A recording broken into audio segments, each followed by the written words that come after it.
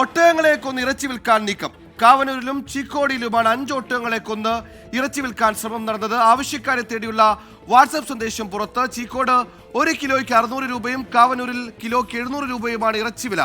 Sameer bin Kareem Malappuram ചേരുന്നു. സമീർ, വാട്സാപ്പിൽ പരസ്യം ചെയ്ത ആളുകളെ കണ്ടെത്തി ഇറച്ചി വിൽക്കാനായിരുന്നു നീക്കം. ഈ ഒട്ടക ഇറച്ചി വിൽക്കുന്നതിന്, ഒട്ടക ഇറച്ചി അറക്കുന്നതിന് കേരളത്തിൽ വിലക്കുണ്ടോ? എങ്ങനെയാണ് അതിന്റെ നിയമവശം? വിവരങ്ങൾ. സുഹൈല്, നിലവിൽ ഒട്ടകങ്ങളെ കൊന്ന് ഇറച്ചിയാക്കി വിൽക്കാൻ നിലവിൽ നിയമം അനുവദിക്കുന്നില്ല. അതുകൊണ്ടാണ് ഇതൊരു പ്രശ്നമായി മാറുന്നത്.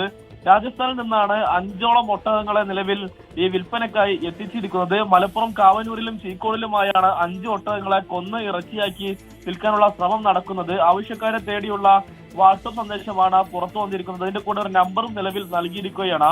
നമ്മൾ ആ നമ്പറിൽ വിളിച്ച് ബന്ധപ്പെട്ട് അറിഞ്ഞു കഴിഞ്ഞത് നിലവിൽ മുഴുവൻ എല്ലാം തന്നെ ബുക്ക് ചെയ്യപ്പെട്ട് കഴിഞ്ഞു. ഇനി തരാനില്ല എന്നുള്ള ഒരു നിലപാടാണ് അവർ എടുത്തിരിക്കുന്നത്. അതുകൊണ്ട് തന്നെ നാളെ രാവിലെയോട് കൂടിയാണ് ഇത്തരമൊരു വിൽപ്പന നടത്താൻ തീരുമാനിച്ചിരിക്കുന്നത്. ഏതായാലും സോഷ്യൽ മീഡിയയിലൂടെ ഇത്തരമൊരു പ്രചാരണം നടന്ന സാഹചര്യത്തിൽ പോലീസ് അന്വേഷണം ആരംഭിച്ചിരിക്കുകയാണ്.